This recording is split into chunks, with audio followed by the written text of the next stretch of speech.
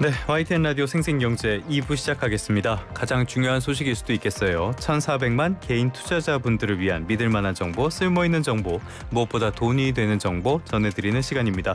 생생주식연구소 시간이고요. 언제나 숲을 볼 수 있는 지혜를 주시는 분, 신한투자증권 이선엽 이사님과 함께하겠습니다. 이사님 나와 계십니까? 네, 안녕하십니까? 네, 안녕하십니까 이사님. 미국 뉴욕 증시 상황을 보면요, 계속적으로 좀 별로 안 좋다가 미중의 그 관세 인하 유예 조치가 나오면서 급등을 하고 이후부터는 잘 모르겠는 그런 상황들이 이어지는 것 같아요. 지금 상황을 어떻게 진단하고 계십니까? 지금 현재 미국의 주식시장 상황이 관세 부과 이전으로 돌아갔습니다. 예. 관세 부과 이전이라는 얘기는 사실상 추가 모멘텀을 확보하기는 어렵다는 얘기가 되겠죠. 왜냐하면 이제 여기서 더 올라가려면 아무래도 경제가 좋아진다던가 여러 가지 상황이 맞물려야 될 것 같은데 예. 그 정도는 아니다 보니까 일단 불안함은 덜었고 관세에 대한 불확실성도 많이 완화는 됐지만 그렇다고 해서 지금 완전히 없어진 건 아니지 않습니까? 그럼 되돌림 정도로 봐야 된다는 거예요? 그렇죠. 예, 그러니까 예. 이제 기존에 있었던 미국이 과도하게 부과했던 관세 정책으로 인한 어떤 불안감들이 해소되는 정도 이렇게 보셔야 될 것 같고요.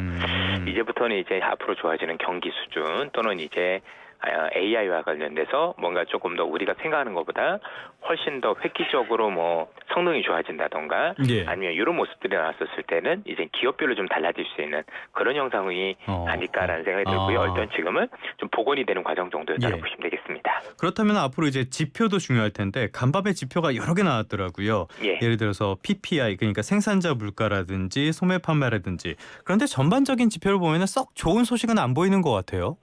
지금 사실 3월달, 4월달 앞으로 뭐 5월도 마찬가지지만 예. 현재 지표는 의미가 없는 게 이게 관세 부과 그다음에 우리가 알고 있는 관세 부과 유예 요 안에서 나오는 변수들이고요. 그 안에서 뭔가 경제가 정상적으로 이루어지진 않았습니다. 예컨대 네네네. 먼저 우리가 알고 있는 관세 부과 이전에 그 선주문이라고 해서 1, 2, 3월 달에 막 엄청나게 먼저 그렇죠. 주문을 땡겨왔잖아요. 그죠? 예. 그러니까 4월 달, 5월 달은 당연히 그 주문 관련해서 생산도 없었을 거고 지금 또 이제 90일 유예했으니까 지금 또 선주문 또 땡기잖아요. 예. 6월까지 일단 또 뭐 많이 확보해보자 이러다 보니까 뭔가 경제가 우리가 추세를 읽을 수 있는 뭔가 그런 어떤 그 유의미한 우리가 흔히 얘기하는 추세를 읽을 수 있는 변수들이 아니에요. 그냥 그때그때 뭐 노이즈하다 보니까 그래서 이런 지표를 무시할 수는 없지만 뭔가 우리가 전체를 판단하는 데 있어서 제가 볼 땐 큰 의미를 두기는 어렵다 이렇게 생각이 듭니다. 지표의 잡음이 너무 많아서 판단하기 어렵다는 말이 그래서 그렇죠. 나온 거군요. 네네. 예. 알겠습니다. 금리 인하 시점 이것도 지켜봐야 될 것 같은데 이건 뭐 항상 이슈가 되니까요. 그런데 트럼프 대통령 중동 순방에 가서도 그래도 파월은 잊히지가 않는 그런 것 같아요. 사랑하는 거 아닌가 싶은 생각도 드는데 SNS에다가 또 글을 막 올리면서 금리 내려라 어쩌고저쩌고 하는데 트럼프 대통령이 올린 문구를 말씀을 드릴 테니까 팩트체크 한번 해주세요. 먼저 인플레이션은 없다. 팩트체크. 예. 전반적으로 지금 인플레이션이 앞으로 올 거냐 그렇지 않을 거냐 여부는 현재 부과되어 있는 관세가 현실화될 거냐 현실화되지 않을 거냐 여부에 달린 겁니다. 예. 파월이 보기에는 파월은 뭐라고 얘기를 하냐면 지금 현재 부과된 관세가 너무 높다. 그리고 높은 것도 좋은데 관세를 지금 유예해 준 거잖아요. 네네네. 그러면 정책을 하는 사람 입장에서 현 상황이 불확실성이 큰 거지 않습니까? 그래서 앞으로 관세를 진짜 그대로 현실을 하겠다라는 건지 아니면 나중에 철회를 하겠다라는 건지 모르겠으니 좀 더 지켜보겠다라는 게 일단 기본적인 파월의 생각인 거고요. 그런데 여기서 중요한 건 트럼프는 그걸 알면서도 불구하고 인플레이션이 없다라고 얘기를 한 거는 속내가 뭐냐면 내가 조만간 관세를 전부 다 철회할 거라는 의미를 가지고 있는 거예요. 그죠? 생각을 해보세요. 나중에 본인 스스로 파월이라는 사람을 궁지에 몰아 넣어야 될 텐데 몰아 넣을 때 만약에 관세를 부과해서 인플레이션이 있으면 트럼프가 이게 좀 정책이 틀렸고 이분이 얘기하는 게 오판이었나 봐라 생각할 수 있겠지만 그거 봐라. 내가 얘기한 대로 정말 파월이 틀렸잖아라고 얘기를 해주려면 관세 부과를 안 해야 되는 거잖아요. 그렇죠. 그래서 이걸 통해서 우리가 유추할 수 있는 부분들은 우리가 알고 있는 지금 파월이 아닌 이 트럼프가 하고 있는 이 관세는 그는 협상용이고 조만간 한국이나 이런 국가들이 뭔가 미국에 대해서 투자를 한다던가 여러 가지 선물을 갖다 주면 그 관세를 전부 다 철회하겠구나. 그래서 트럼프는 이걸 통해서 이 관세가 현실화되지 않을 거라는 게 조만간 알고 있으니 금리를 내리라고 압박하는 게 아닌가라고 일단은 정도까지만은 추정해 볼 수 있다라는 거죠. 그렇게 가정하면은 팩트 체크에 별로 의미는 없을 것 같은데 하여간 네. 머리는 좋아요. 자꾸 이 머리를 자꾸 이상한 방향으로 쓰는 것 같아서 문제지. 아이고 그러니까 대통령 되셨겠죠. 그렇죠. 머리 나쁜 사람 대통령 할 수는 없지 않습니까? 아니 네네. 뭐 꼭 그렇지는 않은 것 같습니다. 아무튼 뭐 예. 대통령이 이 정도로 금리 인하가 계속 필요하다라고 요구를 하고 있는 것들 이런 거 숨은 의미가 있을 것 같아요. 물론 자기 재산을 지키려고 그런 측면도 있는 것 같지만은 어떤 메시지를 우리가 읽어볼 수 있을까요? 뭐 앞서도 말씀드렸지만 기본적으로 저는 그 현재 있는 그 관세라는 것 자체가 현실화되는 게 되게 더 비현실적이에요. 네네. 왜냐면 저렇게 됐을 경우는 미국이 원하는 결과도 못 얻을 뿐더러 그렇죠. 미국 경제만 침체로 이렇게 몰아넣는 거고 저 같은 경제를 오랫동안 했던 사람도 알 정도면 미국의 내각에 모를 리는 없지 않습니까? 그러면 결국은 지금 이제 최대 압박 시즌이다라고 보는 거고 특히 이제 이 압박을 할 때 제일 중요한 건 뭐냐면 기준이 하나가 있어야 됩니다. 무슨 얘기냐? 영국 같은 나라 말고 일본 같은 국가에서 뭔가 이렇게 일본이 미국에 대해서 이러이러한 조치들 뭐 이런 투자도 하고 여러 가지를 해주니까 관세를 내려주더라라는 기준이 생기면 각국이 그걸 보고 이제는 따라할 거 아닙니까, 그죠? 네. 이런 정도 주면 되는구나, 이런 정도 투자를 해주면 되고 이런 정도의 미국 제품을 수입하면 되는구나라는 게 보여주는 거죠. 특히 아시겠지만 우리나라도 그렇지만 우리가 살 수 있는 미국 물건이 별로 없거든요. 그렇죠. 사실 예. 많은 우리 시청자분들께서 야 내가 그동안 미제를 사고 싶었는데 가격 때문에 못 샀어라는 제품은 없지 않습니까? 그렇죠. 예. 예, 결국은 미국이 우리한테 원하는 건 가스라든가 콩, 소고기, 그렇죠?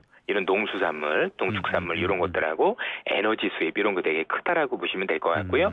거기에 또 하나는 뭐 우리가 지금 뭐 미국 자동차가 비싸서 못하는 건 아니니 이왕 만들 거면 미국에 와서 만들어라. 그래서 더 많은 기업들이 좀 미국에 와서 투자를 하고 그래서 그 투자를 바탕으로 미국 일자리를 만들어 달라라는 메시지 거기에 하나가 더 있다라면 우리도 알고 있는 거지만 방위비 분담은 반드시 걸고 넘어질 것 같아요. 왜냐하면 미국 나름대로 지금 아시아에서 패권을 잃을 수는 없고 다만 그런 가운데서 지금 재정 적자가 너무 심하다 보니까 미국이 써야 될 예산의 일부를 한국이나 일본이라든가 이런 국가들이 좀 부담해줬으면 하는 게 미국의 생각이지 않습니까? 예, 중요한 건 우리는 그럼 뭐가 중요하냐? 그쪽에 대해서 우리가 성의를 보여야 되는데 어느 만큼이냐 이거죠. 그렇죠? 우리가 뭐 주는 건 이제는 뭐 사실인데 우리가 어느 정도 할 거냐? 그래서 제가 보기에 제일 좋은 방법은 방위비를 많이 올려주는 것보다는 가스라든가 에너지를 더 많이 수입해주는 쪽으로 비용을 맞추는 게 제일 좋겠죠. 뭐 우리도 필요하니까 그건. 그럼요. 어차피 우린 필요한데 우리는 그 거래선만 다변하면 되는 겁니다. 뭐 저기 뭐 중동 쪽에서 했던 걸 바꾸면 되는 거기 때문에 사실 전체적으로 우리의 손실은 뭐 없진 않죠. 분명히 우리가 조금 더 많은 것들은 부담이 되지만 그래도 최소화할 수 있는 방안들은 많이 있다. 이렇게 보셔도 되겠습니다. 맞죠. 말씀하신 대로 에너지라든지 쇠고기도 먹어야 되니까 뭐 그런 거라든지 여러 가지 방법은 있을 것 같습니다. 농산물 같은 것들은 좀 예민한 문제긴 하지만요. 아무튼 기업 하나 살펴보도록 할까요? 지금 관세 전쟁 가운데에서 중국을 떠나서 인도로 가야 되는 거 아니냐 생각했던 기업 애플이었는데요. 트럼프 대통령이 아예 직접 딱 집어서 얘기를 했어요. 지금까지 중국에 간 것도 많이 봐준 거니까 인도 가지 말아라. 미국으로 와라. 어떻게 들으셨습니까? 예. 결국은 그게 미국에 있는 기업들이 만약에 중국을 떠날 거면 미국으로 들어오지 왜 딴 데로 갔어 이런 의미인데요. 거기에 대해서 애플도 할 말이 있는 게 애플이 이걸 모르지 않거든요. 알죠. 예, 그런데도 불구하고 인도로 갈 수밖에 없었던 건 일단 미중 간의 갈등은 지속될 거니까 내가 중국을 나오는 건 알겠는데 사실 그 조립하는 게 사람 손이 가는 게 너무 많아요. 근데 그거를 미국에서 할 수 있는 사업은 사실은 아니에요. 예. 그러니까 이제 애플의 생각은 뭐냐면 만약에 관세를 100% 때려도 그래도 인도가 더 싸니까 알아서 하십시오 뭐 이런 거고요. 이거는 두 가지 의미가 있는 게 저는 제가 볼 때는 꼭 애플을 나쁘게 지목했다라는 게 아니라 트럼프의 경우는 웬만해서 미국으로 들어올 수 있는 건 이제는 옮기면 미국으로 들어오세요라는 얘기인 거고 그다음에 또 애플이 인도로 가면서 생길 수 있는 거는 그건 알겠는데 그래도 저 인건비를 할 수 있는 건 어쩔 수 없습니다라는 게 기본적인 서로 간의 컨셉이 아닌가라는 생각이 듭니다. 그렇게 따진다면은 근본적으로 미국의 제조업 공급망을 다 옮긴다. 이거는 그냥 원천적으로 불가능한 일인 건가요? 미국도 원래 그렇게 할 생각이 없습니다. 지금 미국이 내놓은 어떤 큰 방향을 보면은요. 전체적으로 공급망을 미국으로 옮기는 건 맞는데 3단계로 구분을 해놓고 있습니다. 그런데 그게 목적 자체가 뭐냐면 탈아시아예요.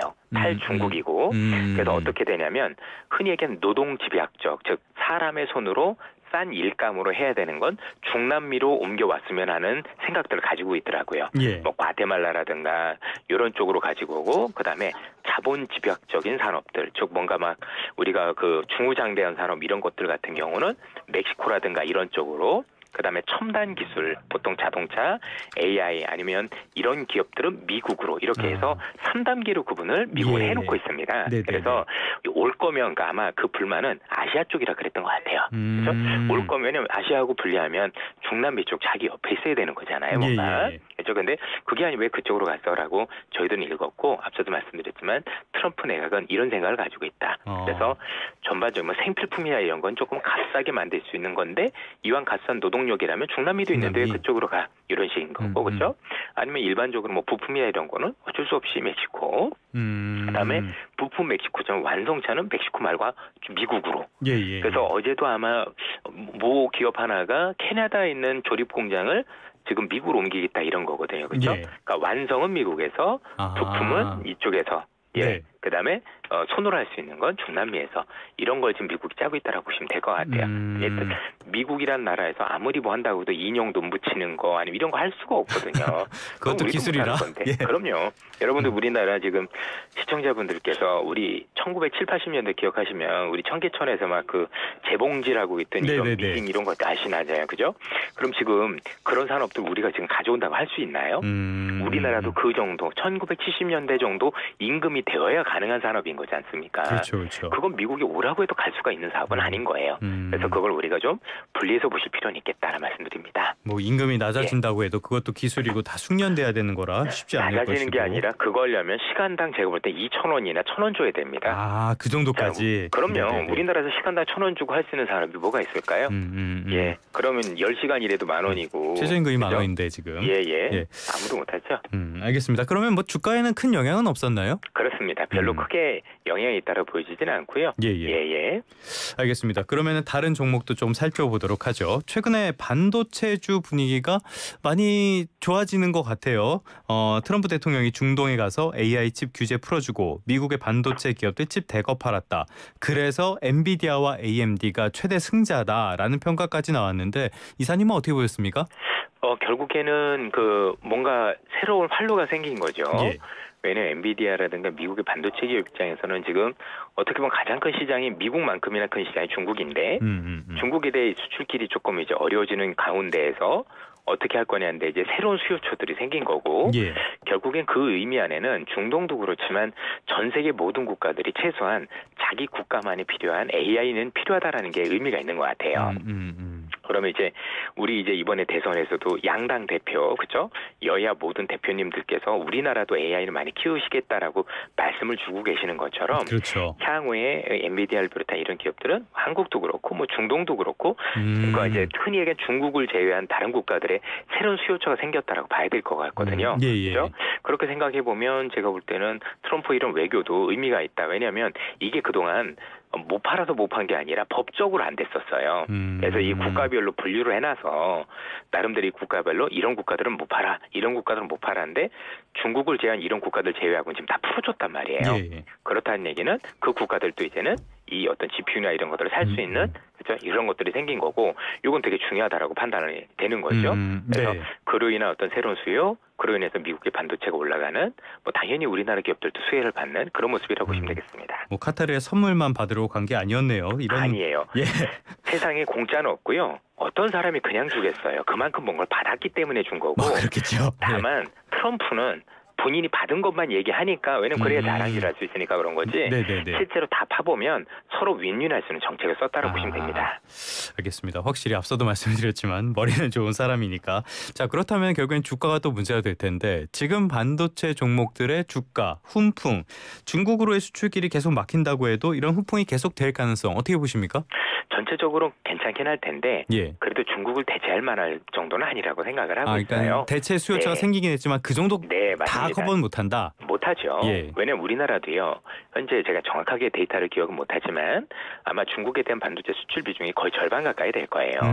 그럼 과연 나머지 국가들이 절반을 채울 수 있느냐라고 생각하면 쉽지 않은 게 왜냐하면 결국엔 반도체 수요는 결국 디지털 또는 AI 있는 건데 AI 하는 국가 중에서 제일 큰 게 미국하고 중국 아니겠습니까? 예. 그렇죠?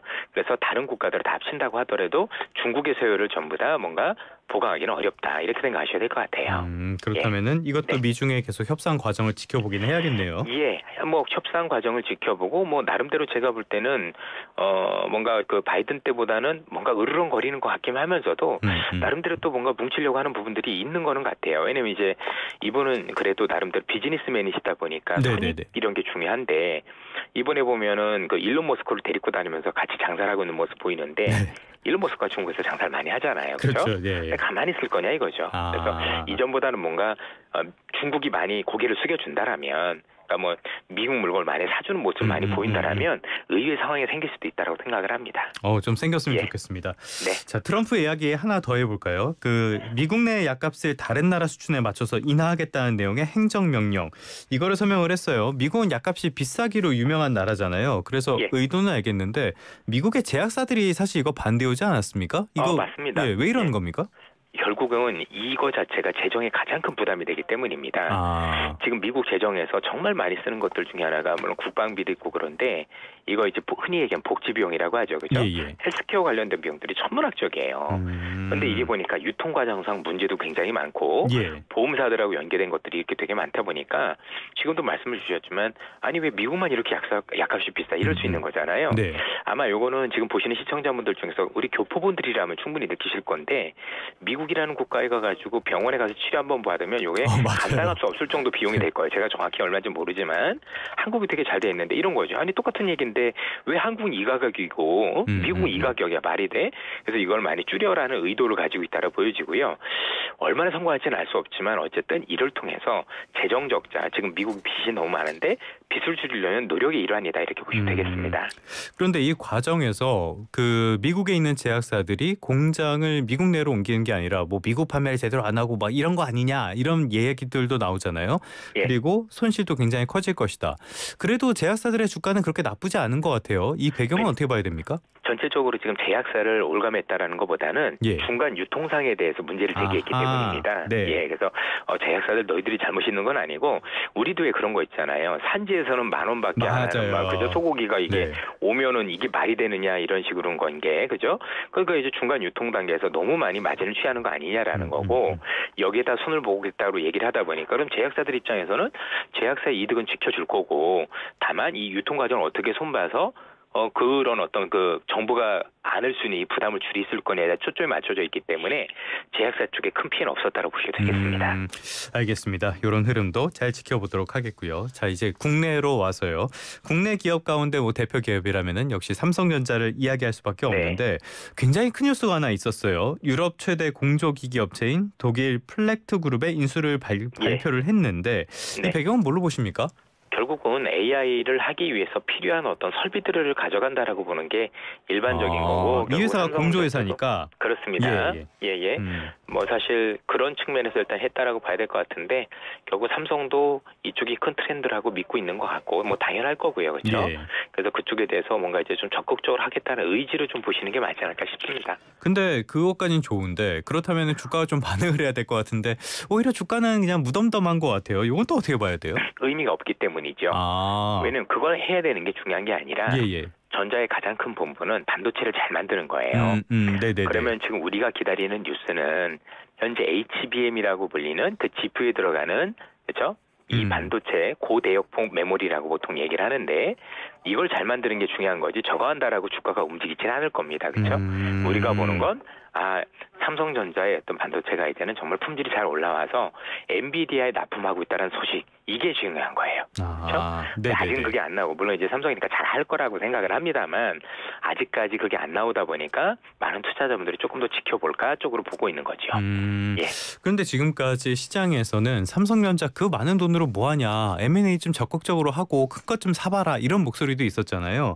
이렇게 M&A에 나서고 있다는 시그널 이거는 장기적으로 봤을 때는 그래도 조금 좋게 평가할 여지는 있지 않을까요? M&A를 하는 게 중요한 게 아니라 예. 어떤 M&A를 하고 어떤 그림을 가지고 있느냐가 더 중요하다라고 생각을 합니다. 네. 근데 제가 보기엔 지금 M&A가 중요한 게 아니라 반도체 잘 만드는 게 더 중요한 거예요.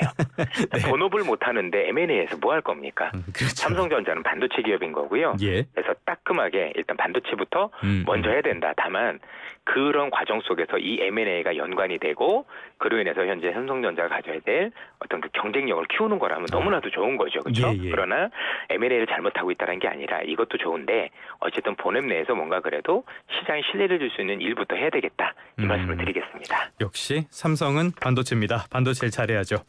대선이 이제 18일밖에 안 남았어요. 여의도 쪽이 많이 시끄러울 것 같은데 대선 주자들 모두 증시 부양의 중요성 외치고 있거든요. 네. 그런데 뭐 그렇게 인위적으로 부양하는 게 물론 좋은 일이 아니기 때문에 그렇기 때문에 자연스럽게 부양을 하고 자연스럽게 오를 수 있는 계기를 만들어주는 게 더 중요할 것 같은데 우리 증시를 위해서 대선 주자들 당선된 사람들이 이거를 꼭 해줬으면 좋겠다 싶은 거 이사님은 어떤 걸 꼽으시겠습니까? 사실 별게 있는 건 아니고요. 예. 저는 그렇게 생각해요. 증시가 좋으려면 기업들의 실적이 좋아져야 되겠죠.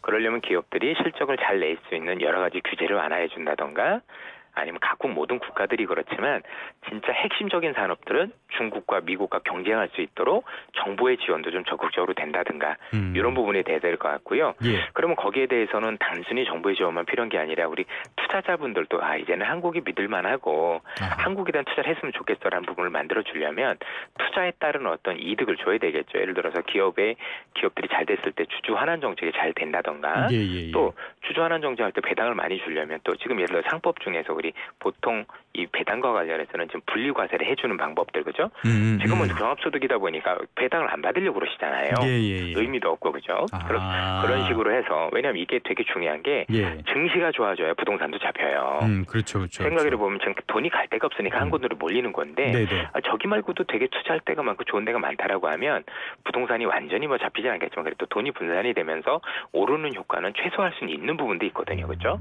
그러면 여러 가지 국가적인 측면에서 보고 생각을 해야 된다라는 거죠. 세제적인 지원도 굉장히 중요하다고 봐야겠네요. 그럼요. 예. 알겠습니다. 이 시기에 투자하는 분들에게 주의할 점 말씀하신다면 어떤 게 있을까요? 사실 지금 이제 트럼프의 관세 정책도 굉장히 중요하지만 저는 어쨌든 주식 투자라는 건 기본적으로 좋은 기업을 찾는 행위라고 생각을 해요. 그렇죠? 예. 그럼 우리나라 같은 경우는 미국, 중국을 비롯해서 모든 국가들한테 수출하기 때문에 모든 기업이 한꺼번에 좋아지는 경우는 굉장히 드문 것 같습니다. 그래서 지금 뭔가 바뀌는 지역에서 그래도 나름대로 우리 기업들이 좋아질 수 있는 기업들만 따로 선별을 해서 좀 시야의 폭을 좀 좁혀서 투자를 하시는 게 좀 맞지 않을까라는 생각이 들고 경제가 안 좋으니까 주식이 안 된다. 미국이 경기 침체니까 주식이 안 된다. 물론 전체적으로 불리한 건 맞지만 그렇다고 해서 투자할 기업이 없는 건 아니다라는 말씀을 드립니다. 그래서 경제하고 주식시장은 조금 분리될 수도 있겠다. 예. 좀 경제는 국가 전체를 나타내는 거고 주식시장 그중에 일부를 나타내는 거다 보니까 너무 경제가 꼭 주식일 거다 이렇게 보시는 필요는 없다라고 생각을 합니다. 예. 좋은 기업을 찾는 행위. 앞으로도 이사님과 많이 이야기를 해보도록 하겠습니다. 지금까지 신한투자증권 이선엽 이사와 함께 우리나라 증시, 해외 증시를 둘러싼 각종 이슈들 진단해봤습니다. 오늘 말씀도 고맙습니다. 예.